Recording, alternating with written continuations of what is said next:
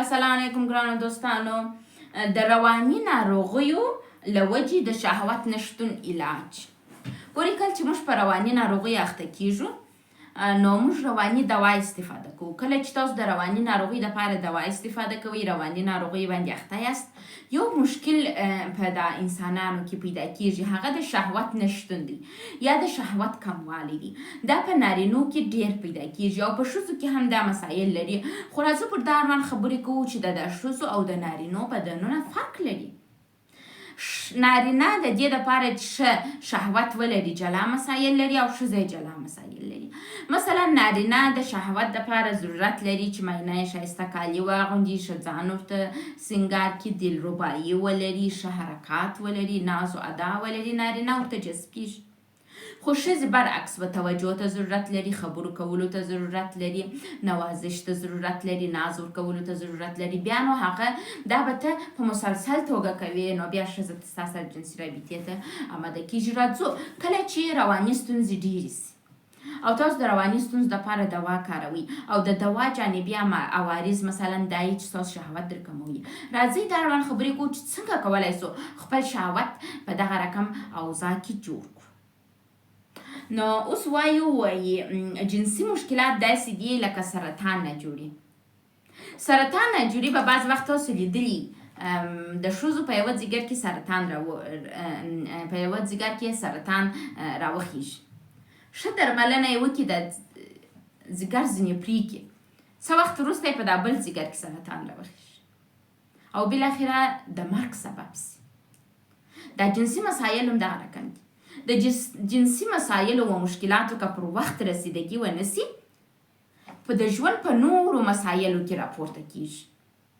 بعض وخت یو ښځه په دا نه پوهیږي چې دا زما جنسي رابطه غلطه ده، په زړه کې د میړه څخه ناراضي د جنسي روابطو د وجې یو دم دغه مشکلات د دوی واقعي ژوند ته راسي او دا میرمن و میړه ته بانهګیري کوي. ښې نه ځینې راځي، یا تا نفرت یې ځینې کیږي. همدارنګه نارینه هم داسې کیږي که ښځه په جنسي روابطو کې مسلسل همکاري ونه کړي، د یو بې ځانه بې روحه انسان په رقم پرېوځي او خپل میړه ته ووایي چې تا کار کوي ویک، دلته نارینه هم د مایوسۍ سره مخ کیږي او دغه مشکلات چې دوی په جنسي رابطه کې لري او اړوند یې خبرې نه کوي، دا یې د ژوند و حقیقي ژوند ته او د دوی پر روابطو باندې بد تاثیر کوي. نو تاسو همیشه کوشش وکړئ چې خپل جنسي مشکلاتو ته حقي اولویت ورکړئ، خپل جنسي مسایل حل کړئ، روانشناس ته ولاړ سئ. البته داسې روانشناس ته مه ځئ چې هغه یې مسلک د میړه و د میرمنې روابط نه وي. تاسو کوشش وکړئ تکړه روانشناس پیدا کړئ او خپل مسایلو ته د حل لار پیدا کړئ. مه پرېږدئ چې ستاسو جنسي مسایل ستاسو روابط تر خراب کړي. راځو څنګه کولی سو چې خپل شهوت په رواني ستونزو کې وساتو. اول شی چې ډیر مهم دی هغه ډیسپلین دی. ډیسپلین یعنی نظم درلودل، په منظم توګه سره یو کار کول.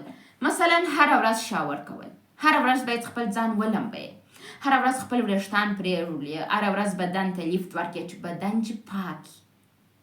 دویم سپورټ کول. که ته هره ورځ ځان لمبئ، که ته هره ورځ سپورټ کوې، ستا شهوت نورمال کیږي. دریم وایي منظم ویټامین خوړل. تاسو چې کله په رواني ستونزو اخته سئ، ستاسو بدن د دې توانایي د لاسه ورکوي چې په منظم توګه ویټامین وساتي.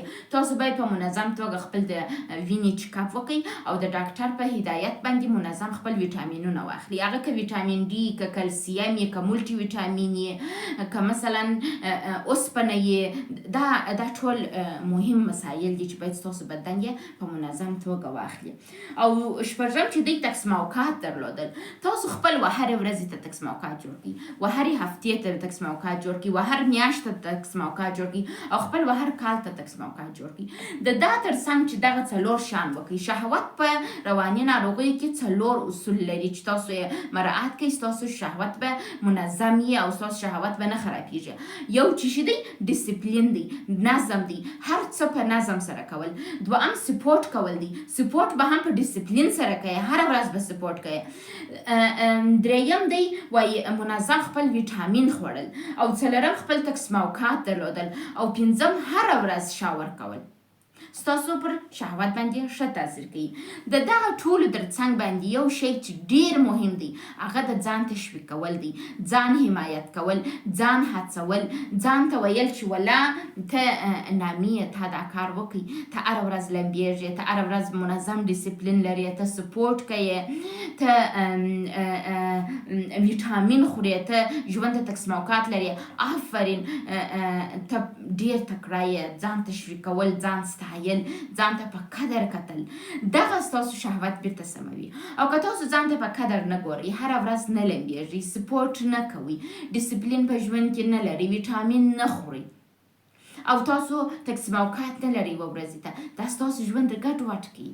دوا هم خورې، ژوند بې نظمه دی. معلومداره خبر ده چې شهوت نه لرې. شهوت خو یو داسې شی نه دی چې همیشه د انسان په وجود کې شتون لري، لکه د سترګو دید. تاسو د شهوت درلودلو لپاره باید زحمت وکړئ. مننه.